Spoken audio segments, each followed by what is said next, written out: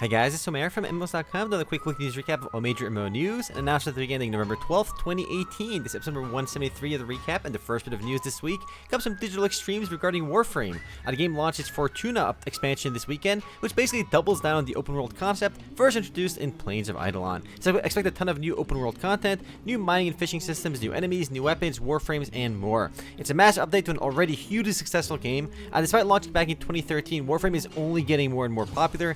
In fact, with the launch of Fortuna, Warframe hit an all-time high in concurrent players on Steam, hitting a bit over 131,000 over the weekend, and I suspect that Warframe will only continue growing in popularity. If you never played this one, it's well worth checking out, especially with the new update.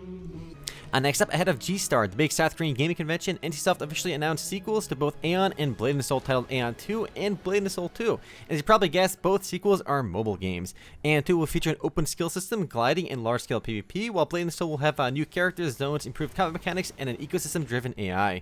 While they claim it'll have an improved combat mechanics, I doubt it'll be nearly as interesting as PC version's combat. But if you like Blade & Soul, though, you have not one but three mobile Blade & Soul games to look forward to: Blade & Soul M, which is a port of the PC version, Blade & Soul 2, which we just talked about, and Blade & Soul S, which is a chibi-style prequel to the original game. So while mobile games are definitely taking over, we can at least look forward to the previously announced Lineage 2M, which is supposed to be a mobile version of Lineage 2, so it's supposed to be the exact same game, just on mobile, and because of that, I think it'll actually do really well. Expect to learn more about Aion 2 and Blade & Soul 2 in upcoming G-Star, which I think is later this week. Next, some industry news. NCSoft announced their Q3 2018 earnings report this last week, and overall revenues were down 7% quarter over quarter and a whopping 44% year over year, with profits down a similar amount. So it's been a tough year for NCSoft. And despite that, though, mobile games continue to dominate, as mobile games made more money than all of other NCSoft's PC games combined. It looks like every major PC franchise for NCSoft has remained remarkably steady for the year.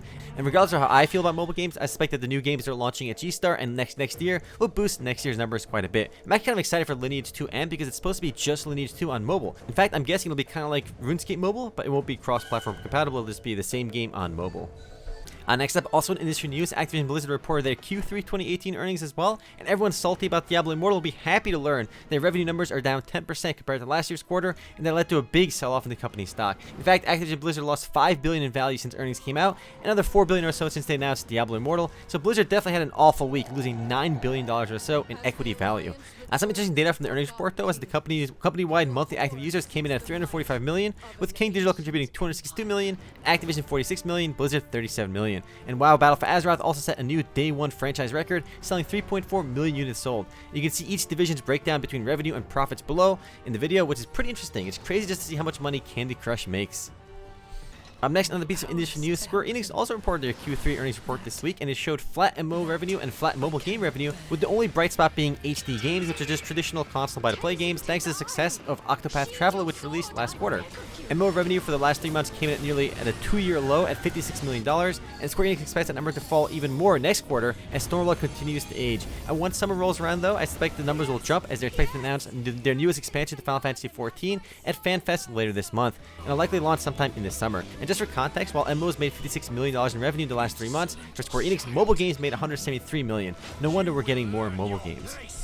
The last piece of industry news this week comes from Nexon, which also reported their earnings, and surprise, surprise, Dungeon Fighter Online is still raking in the big bucks and continues to be the world's most successful MMORPG.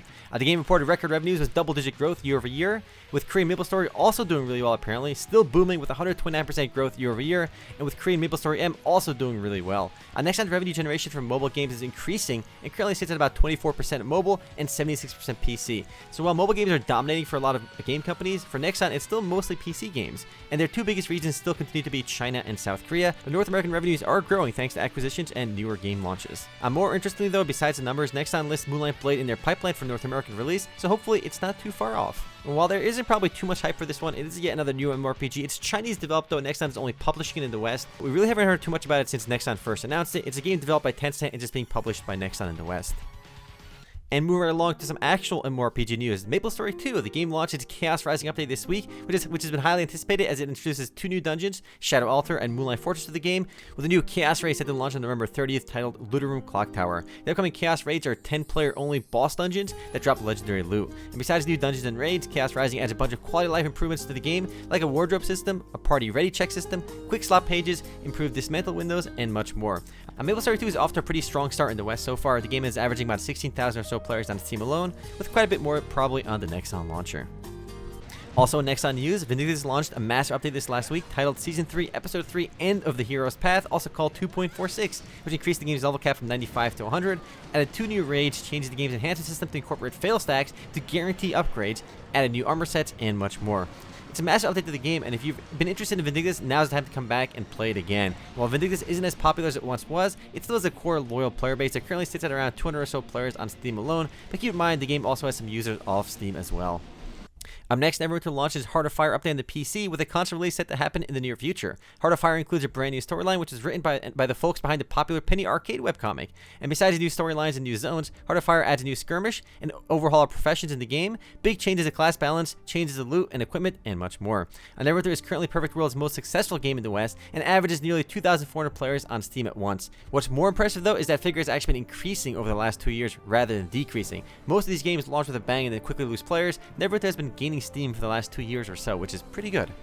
Next up, Pearl Abyss is cracking down on private servers for Black Desert Online, which to be honest shouldn't come as a surprise, especially since some Black Desert private servers boast over 5,000 concurrent users, which Pearl Abyss and Kakao Games see as lost opportunities to monetize their game.